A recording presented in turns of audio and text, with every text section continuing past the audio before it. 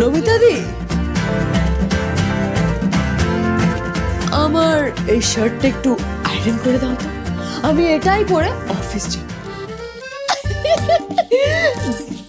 ঠিক হয়েছে, বেশ হয়েছে, বেশ হয়েছে। নি এবার এই পোড়া জামাটা পরে অফিস যান, যান। কেমন?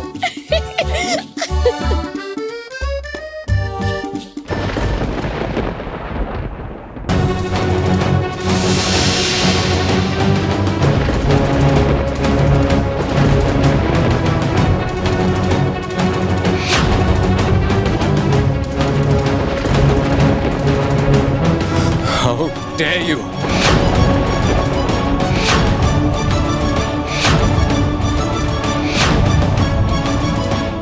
আমি আপনার চয়েস করে দেওয়া শার্টটা পরিনি বলে আপনি আমার ফেভারিট শার্টটা পরিয়ে দিলেন। না, আমি আসলে চুপ, একদম চুপ, আর একটা কথা বলবেন না আপনি। আপনি জানেন এটা ঠাম্মির দেওয়া সব থেকে আমার লাকি শার্ট। আমি বেশিরভাগ মিটিংসগুলো এটা পরে অ্যাটেন্ড করি, আর আপনি এটা নষ্ট করে দিলেন। আপনি কি পরিষ্কার করে বলবেন আপনি কি চান? আমাকে অশান্তিতে না ফেলে আপনি শান্তি পান না, না?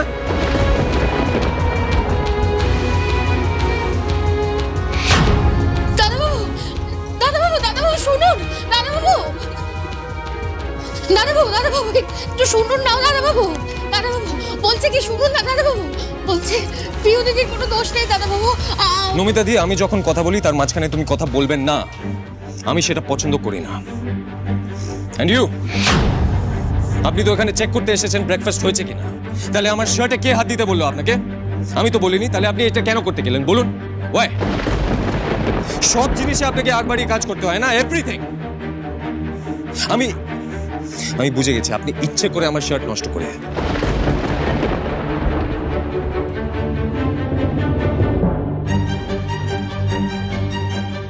ওনার এত প্রিয় শার্ট নমিতাদির জন্য নষ্ট হয়ে গেছে জানলে নমিতাদি শুধু শুধু বকা খাবে। না না, আমাকে কিছু একটা করতেই হবে। কি হলো? আমি আপনাকে কিছু জিজ্ঞেস করছি, আপনি কেন পরিয়েছেন শার্টটা? Answer me. ওয়াই?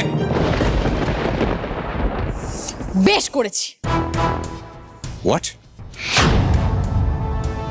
আপনি এই বাড়িতে আসার পর একের পর এক ভুল করেই চলেছেন, আর বাড়ির সবাই আপনাকে সাপোর্টও করে যাচ্ছে। আর আজ আপনি আমার প্রিয় শার্ট নষ্ট করে বলছেন বেশ করেছেন। আমাকে কথা বলে যেতেই হবে। আমি চুপ করে গেলে নমিতাদি আবার সত্যিটা না বলে দেয়। ও পিহু দিদি, তুমি বেশ করেছি বলছো কেন? যা হয়েছে সেটা তো নমিতাদি, শুনলে না দাদাবাবু কি বললো? চুপ করো। খুব ভালো লাগে না বকা খেতে? প্লিজ যাও এখান থেকে। হ্যাঁ,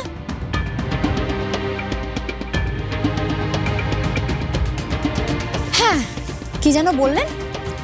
দোষ করে জোর গলায় কেন কথা বলছি? বেশ করেছি।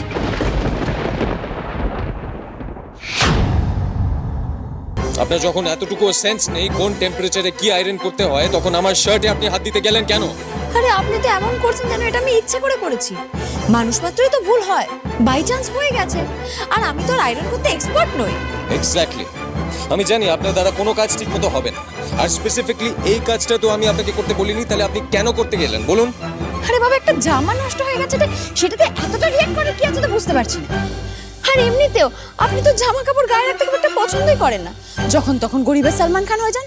মনে নেই সকালবেলা যখন আমি আপনাকে বারবার বারণ করছিলাম, আপনি কিভাবে রিঅ্যাক্ট করলেন? ধরে নিন এটাই তার শাস্তি। আপনি এখনো শাস্তি দেখেননি মিস বৃষ্টিবাড়ি। শাস্তি কাকে বলে সেটা আপনাকে একেবারেই দেখাবো আমি। আবার আপনি আমাকে ভয় দেখাচ্ছেন, হয় ব্ল্যাকমেল করছেন আর না হয় ভয় দেখাচ্ছেন। বলুন কি শাস্তি দেবেন বলুন। আমাদের ডিলে কথা হয়েছিল না, এই বিয়েটার মেয়াদ মাত্র 3 মাস। এবার আমি এমন ব্যবস্থা করব যাতে 3 মাসের আগেই আপনি আমার জীবন থেকে চলে যেতে বাধ্য হন। মানে সেগুড়ে বালি মিস্টার বাদুর সেন, এই ইচ্ছেটা তো আপনার পূরণ হচ্ছে না। 3 মাসের আগে তো এমনিতেও আমি এখান থেকে নড়বো না। আর এই বিয়েটা যখন আপনি করেছেন, 3 মাস আমি যেভাবে আপনাকে সহ্য করছি, আপনাকেও আমাকে সহ্য করতেই হবে। এবার আপনার যা ইচ্ছে করুন, কোনো লাভ নেই। লাভ ক্ষতির হিসেবটা না হয় পরেই দেখা যাবে। শুধু একটাই কথা মাথায় রাখবেন মিস বৃষ্টি বাড়ি, ঋষি সেন যেটা চায় সেটাই করে। আপনি আমাকে জাস্ট একটা দিন সময় দিন, তারপর আপনি বুঝতে পারবেন ঋষি সেন চাইলে ঠিক কি কি করতে পারে।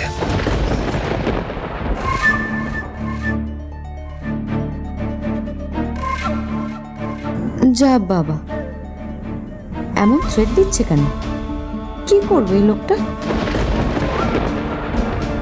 এই ঋষি, পিহু, এই কি হয়েছে রে? কিসের এত চেঁচামেচি তোদের?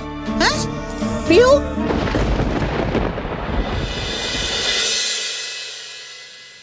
কি রে? এটা কি করে হলো? হ্যাঁ কর্তামা, কর্তামা বলছি আমার দোষ। আমি ওই ইস্ত্রি করতে গিয়ে রুষা পিহু দিদির কোনো দোষ নেই, তুমি বিশ্বাস করো? নমিতা দি, তোমাকে দাদা বাবু কি বললো? প্লিজ চুপ করো, মাঝখানে ঢুকো না।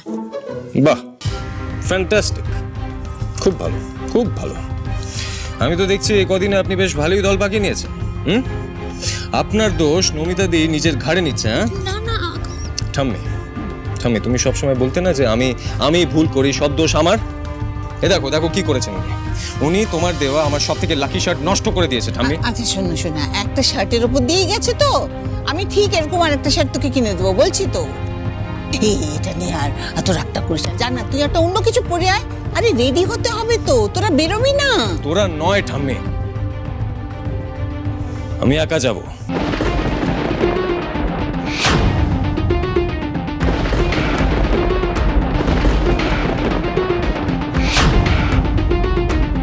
উনি আজকে অফিস যাবেন না। অফিসে যাবেন না মানে?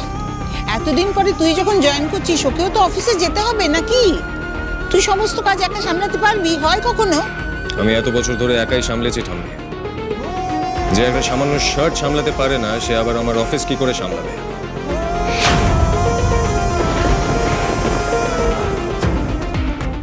এরকম ইনকম্পিটেন্ট এমপ্লয়ের কোনো দরকার নেই আমার অফিসে।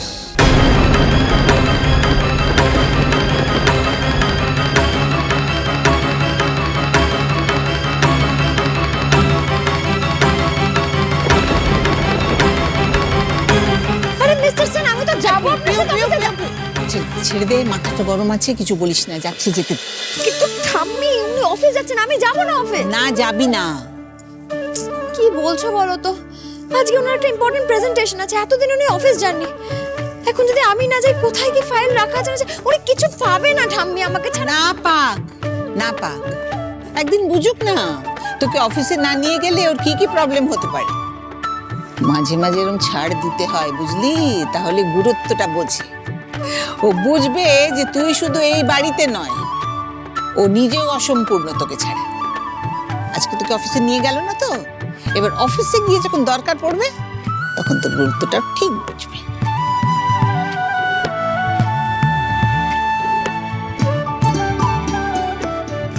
হ্যাঁ ঠাম্মি, তুমি না ঠিকই বলেছো, আজকে উনি বুঝবেন। পিহু দিদি, দেখলে তো আমার জন্য তুমি কেমন দাদাবাবুর কাছে বকুনি খেলে। ও ছাড়ো তো নমিতা দি, এই টুকটাক বকা তো আমি সবসময় খেতে থাকি। আমি তো বরং ভয় পেয়ে গেছিলাম, উনি যদি জানতে পারতেন যে এটা তুমি করেছো, তাহলে তোমার কপালে আজ দুঃখ ছিল নমিতা দি, তোমার কপালে দুঃখ ছিল। কি ভয় পেয়েছে ঠাম্মি, কিভাবে রিয়াক্ট করতেন উনি। নবিতা, এরম একজন বৌদিমণি পেয়েছিলি বলে এই যাত্রা বেঁচে গেলি, তা না তো আজ তোর কপালে দুঃখ ছিল। সত্যি। আচ্ছা যাকে ছাড়ে সব, সকাল থেকে কেউ কিছু খায়নি মনে আছে? চট করে গিয়ে ব্রেকফাস্ট তৈরি কর। আমি যা যা যা যা, পিউ আয় ব্রেকফাস্ট করবি। আমি যা আসছি, আমি আসছি। চলে।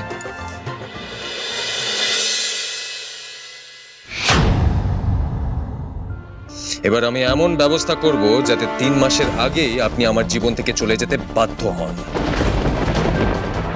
আপনি আমাকে জাস্ট একটা দিন সময় দিন, তারপর আপনি বুঝতে পারবেন ঋষি সেন চাইলে ঠিক কি কি করতে পারে। মিস্টার সেন একদিনের মধ্যে কি একটা করবেন বলছিলেন না? কি যে চলে লোকটার মাথায়, কিছু বুঝতে পারি না।